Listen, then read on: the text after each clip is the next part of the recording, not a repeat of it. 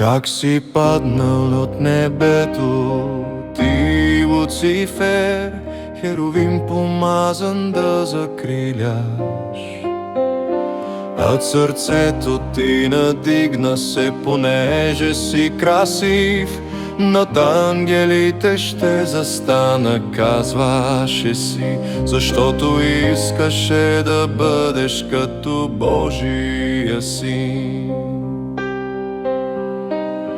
Ти измами третината от ангелския свят, предизвика война на идеите в небе и отхвърли мъдростта на Бога в Неговият син. Зле представи небесния баща на всички ти и така напуснал си наследството свое, принизи се